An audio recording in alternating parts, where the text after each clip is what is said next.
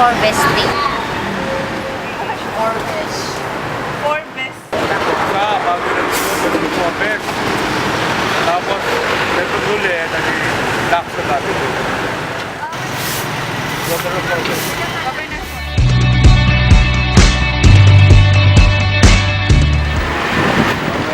Nasa panahon ni Ramos ata yung dati, no? Ha? Panahon ni Pinalitan ng President Lacson? Ramos. Oo. Panahon ni President Ramos. Abangan ako. Recent lang. Actually, mga 90s na yun. Early 90s.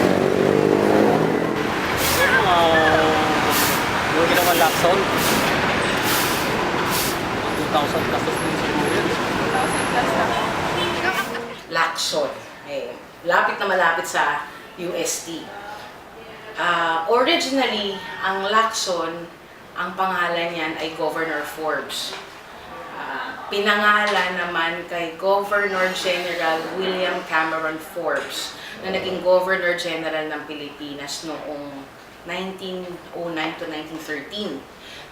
Kinilala ang kontribusyon ni Forbes bilang Governor General dahil sa marami siyang mga proyektong pang-infrastruktura. Kaya ang tawag sa kanya, Kaminero. Dahil ang dami niyang pinagawang mga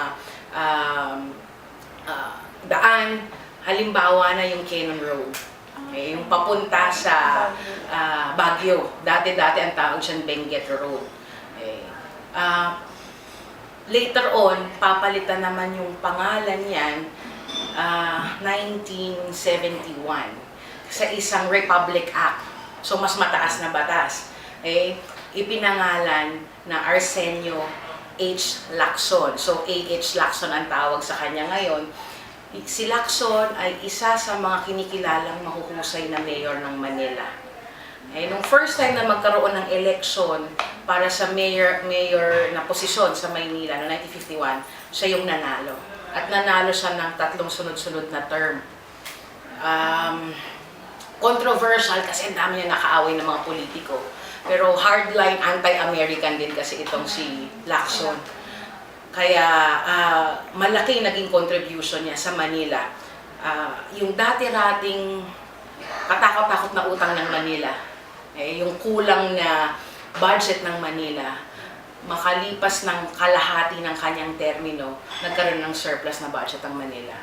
Tapos, kinalaban niya yung organized crime dito sa Manila. So, kinikilala nung mga panahon na yun na si Lacson ng mayor na isa ang Manila sa 10 pinakamahuhusay na syudad sa buong mundo. Ganun kaganda yung term niya. Kaya lang, hindi niya natapos yung last term niya. Dapat hanggang 1963, namatay siya sa stroke noong 1962. So, pinangalan sa kanya noong 1971 itong kalyeng ito.